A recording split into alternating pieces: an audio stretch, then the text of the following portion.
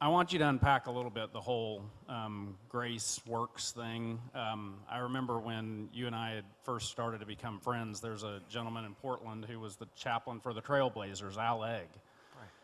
And Al asked me a question. He said, "Who are you?" one day. We were having a conversation at a conference, and he said, "Who are you?" And I said, "Well, I didn't know him." I said, "I'm Todd Peterson." And he said, "Nope, that's your name." And I was like, true. You're a chaplain for the NBA. I said, what are you getting at? He goes, "Who are you?" And I said, well, I'm the kicker for the Seahawks. And he goes, "Nope, that's what you do. Who are you?" And I was mystified, frankly. And he said, "You're a child of God. Amen. Don't forget Amen. It." Well, we know Ephesians 2 says we're saved by grace through faith. It's not of our works, so that we can't boast. You just touched on that. But I do think in our giving, sometimes our giving can be our identity. Unpack a little more for us. Like, I've even heard people say it's heretical to think that we'd be rewarded for our giving.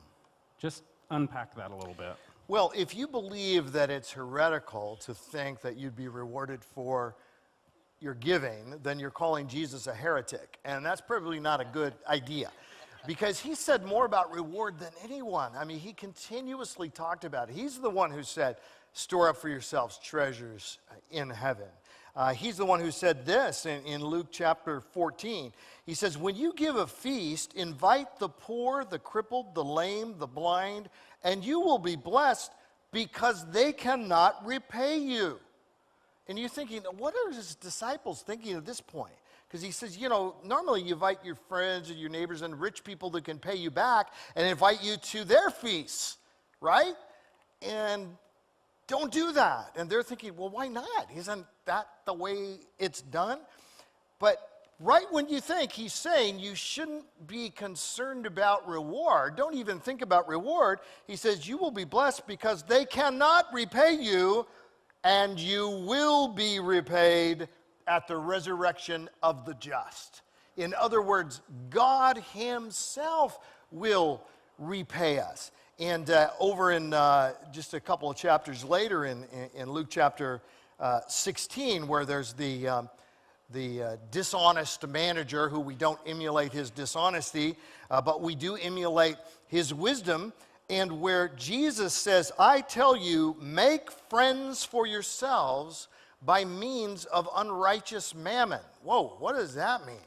Well, he's saying, use money which normally many people use for unrighteous purposes, to just store up treasures for themselves, the rich fool, more and more for me, and it's all about me. And instead, take them and make friends for yourself, so that when your wealth fails, they may receive you into the eternal dwellings. Well, clearly this is not saying, as you said, Todd, that you were not saved by works of righteousness. It's not saying that if we have given our wealth and used it wisely and generously, that somehow now we'll be welcomed into the eternal dwelling place and live with Jesus forever. Rather, it's talking about plural dwellings.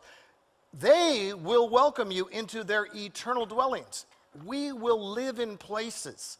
Isaiah 65, that talks about a new earth, talks about houses that people will dwell in. Remember, we're going to be physical, resurrected people. And so what are people going to do when they invite us into their homes? They are going to be our hosts. And we'll have dinner with them, and we'll spend time with them. And what a joy it will be to have people that have been reached through the gospel because of, by God's grace, what he did in our lives, and taking that money that all belonged to him. God owns it all. I am just a steward of what he's entrusted to me. And when I give what is his in his name. And if it all belongs to him, that's why we should ask him, what do you want me to do with it? And one day we will enjoy that fellowship and those relationships with people in their dwelling places in heaven and on the new earth as we celebrate the King of Kings. I mean, do you ever think about that? I mean, if you think about when I give, somebody somewhere is going to become my friend, even that I've not met in this world. And you know what? They may be one of the best friends you will ever have, and you just won't meet them until you're with Jesus.